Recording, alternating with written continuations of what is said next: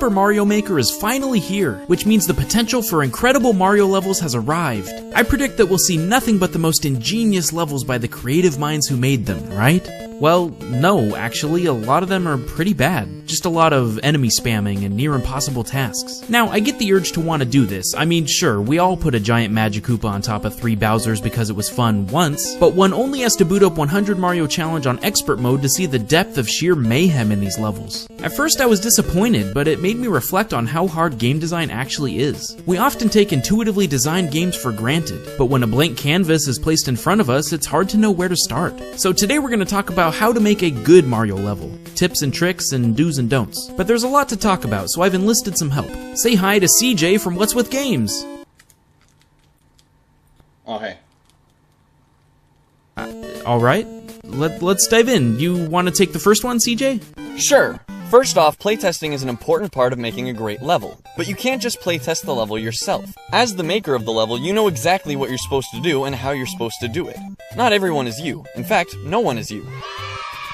It's pretty unlikely for other people to play your level the exact same way you do. That's why feedback from other players is so important. It also might not be obvious to other players where you're supposed to go next. Consider leaps of faith. This occurs when the player is forced to make a risky move due to lack of direction from design. These kinds of issues can easily be fixed in Super Mario Maker by using coins and/or arrows to direct the player. Coins are especially important when the player needs to land in a very specific spot. Players follow coins.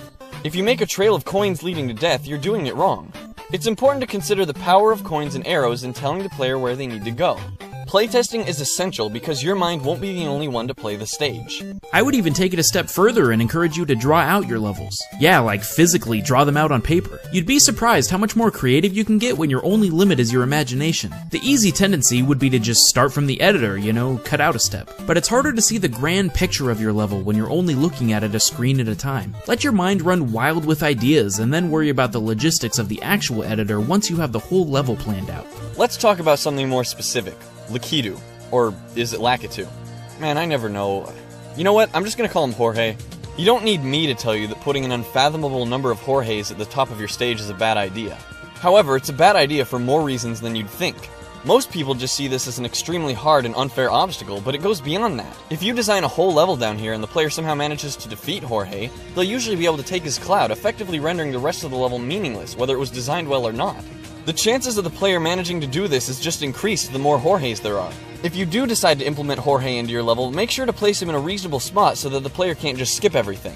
Or perhaps you expected this, in which case you can reward the player for managing to get Jorge's cloud by putting something up here.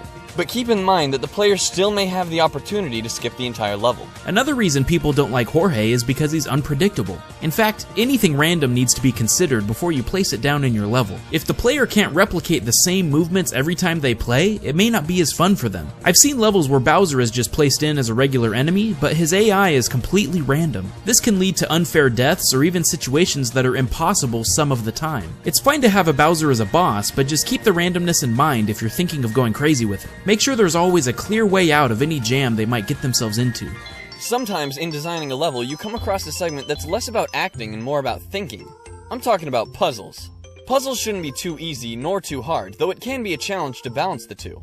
In addition to this, puzzles should be satisfying to solve. Keep in mind that Super Mario Maker doesn't allow you to make checkpoints, so if the player loses, they'll have to start the entire level from the beginning. Tying this into puzzles, designers need to recall that players may be forced to solve their puzzles more than once. And if the puzzle isn't fun to solve more than once, this can quickly turn into a chore for the player. Puzzles should try to balance both intuition and skill. A boring puzzle isn't fun twice. Take a look at this level here. You get to this part where you have to hit these hidden blocks to reveal a path upon which you can long jump. But if you lose later in the level, you have to go through the entire ordeal of hitting each block again. It can get monotonous. Isn't that your level? Yeah, don't worry about that. Hey, at least you use hidden blocks in a good way. In most Mario games, a hidden block is either used to create a new path or help the player reach new heights if they're explorative. This is not a good use of hidden blocks. It's not fun, it's frustrating. And this is even worse. An inescapable trap is just bad design. It forces the player to restart, which should only be caused by the player's mistakes. It's artificial difficulty, not a true challenge. You can make a really hard level without being cheap about it. Now, it's not a bad idea to reward the player for accomplishing certain parts of the level, but a designer has to keep in mind how some players may respond to having power-ups. Generally, power-ups will allow the player to take 1 or 2 extra hits before losing a life, but this can easily be exploited. For example, if you see this kind of obstacle in your level, a player may feel the risk isn't worth it and might just stroll right through, taking advantage of the invincibility frames. This can be made worse by rewarding the player at the wrong times. For example, if you approach this segment with Big Mario and there's immediately another mushroom or flower afterward, there's no sense in acknowledging the challenge. Most players would just use the invincibility frames, essentially just circumventing the obstacle. The player's primary goal is to beat the stage, not always to explore everything in it. You want the player to experience your level, not skip it.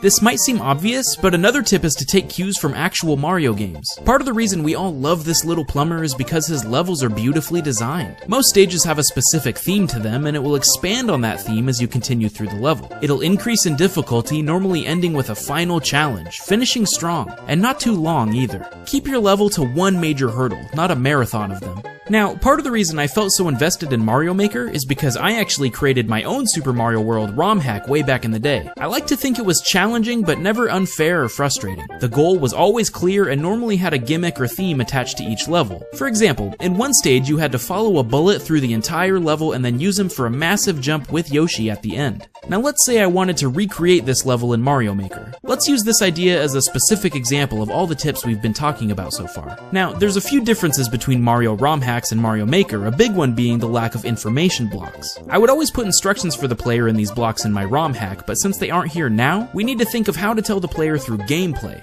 1, you could make the title hint at the objective. I've called this one bullet chasers. And 2, placement of objects and good use of arrows and sound effects can tell the player if something is important. The bullet blaster is placed very prominently here at the beginning, and I've placed arrows telling the player to wait, as well as a sound effect to catch their attention. The floor never goes away in this level until the very end. This is on purpose, so the player can't interfere with the bullet at all. Plus, it makes the bullet's actions fairly inconsequential, other than scrolling off screen. The player needs to follow the bullet through an increasingly difficult stage until they reach a Yoshi, also prominently displayed with a sound effect as well. Now the final challenge. A gauntlet of ice and enemies, piranha plants that Yoshi can walk on, and the final leap. I've placed coins to hint at the player what to do and when exactly to time their jumps. The goal is as clear as I felt I could make it, and you're rewarded with some fireworks after completing it. Interesting fun fact, I actually playtested this level you made, Snow, but I actually played it a little bit differently. Near the beginning, you put a Goomba and a Koopa. I found this as a natural opportunity to take the Goomba with me, using him as a weapon. However, shortly afterward, we crossed the sea of spikes. I can't rush ahead since I have to keep the bullet on screen, but now the Goomba is a ticking time bomb before he wiggles free and damages me. By the time I reach the end of the spikes, I feel anxious and ready to throw the Goomba at the first enemy I see. And you know what? It felt awesome! It added a new layer to the already urgent task of timing myself to keep the bullet on screen. It was really cool, unintentional good design. Unintentional good design. New show coming this fall. You mean autumn. What? Finally, it's easy to forget just how different each of the Mario games are. For a series that's often criticized for not adding new elements to the formula, Mario's actually shaken it up quite a bit over the years. Super Mario Maker allows you to make levels in the style of 4 different Mario titles: Super Mario Bros., Super Mario Bros. 3, Super Mario World, and New Super Mario Bros. U. Each game gets its own special power-up. Super Mario Bros. Gets the amiibo costume, Mario 3 gets the leaf, Mario World gets the feather, and Mario U gets the propeller shroom. Also, Mario U is the only one to have wall jumping. Be sure to use these differences to your advantage when crafting your level. As you can see, there's a lot that goes into designing a stage for a platform game. Although there are heaps of levels that make me want to pull my hair out, I've seen a lot of creativity in the game as well. People are really thinking outside the box, and I hope we'll see even more ingenuity as more people try their hand at it. More than anything else, keep in mind that the player wants to have fun. Use that as motivation to design a level that you would have fun playing as well. Difficulty can be exciting and accomplishing if it's done right. You just need to plan ahead to make it that way. Thanks for watching. Now go make something unique. Hey guys, I'm Snowman. If you enjoyed, please give this episode a thumbs up and give us a comment of what you think makes a good Mario level. If you've made a stage in Mario Maker that you think has good design, put it in the comments as well and we'll check it out. A huge thanks to CJ for helping out with this video. You can check out his channel, What's With Games here. If you'd like to see more videos on game design, check this series out as well. I hope this helped in your Mario making endeavors, and I'll see you all next time.